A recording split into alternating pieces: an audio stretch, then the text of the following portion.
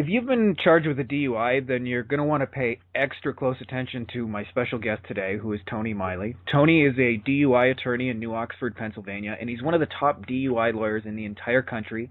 He's handled thousands of cases successfully. He's practiced law for over 25 years, and today he's going to be sharing some of his super special insights on what you can do to help your situation. So first of all, Tony, thanks for being here.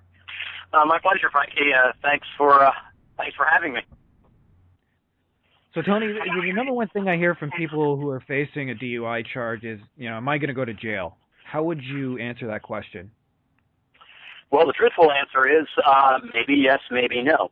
Now, to determine which category you fall into, of course, you have to take the first step, and that's to consult with an attorney, one who's experienced in this area.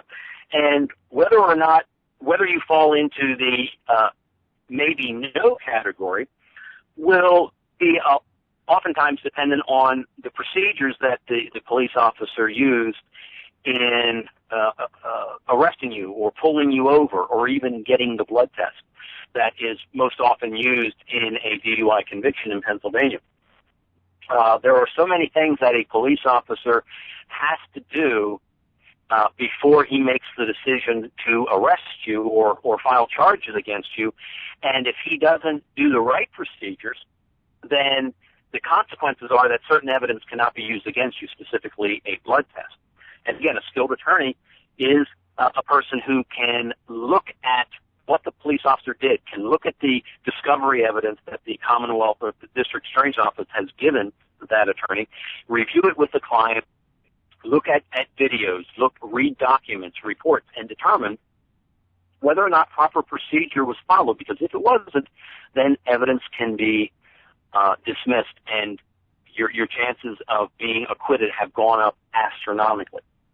Now, whether you fall into the maybe yes category, again, starts with a consultation with an attorney, because an attorney, such as myself, I will tell a client right from the beginning whether I think they have a good defensible case.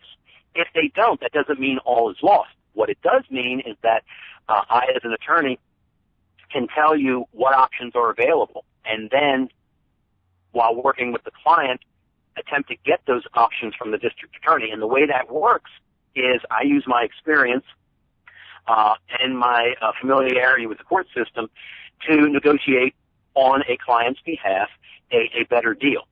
Because in most cases, especially if you're an attorney who has a lot of time in the courtroom and not afraid to go to trial, the district attorney's office is so overwhelmed with cases that they don't want to take a case to trial if they don't have to, especially if they know the other side is an experienced attorney and they could actually lose a case.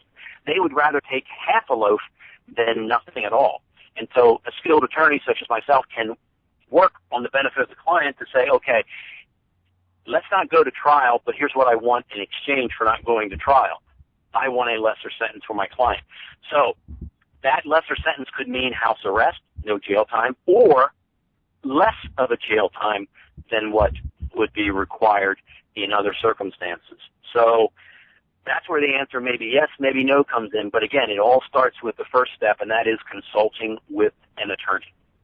So thanks again, Tony, for your incredible insights. If you're watching this video and you'd like to get more information, Tony has a special book called The Ultimate Guide to DUI. It'll explain to you everything you need to know about your DUI case in simple, plain, everyday English, no lawyer talk.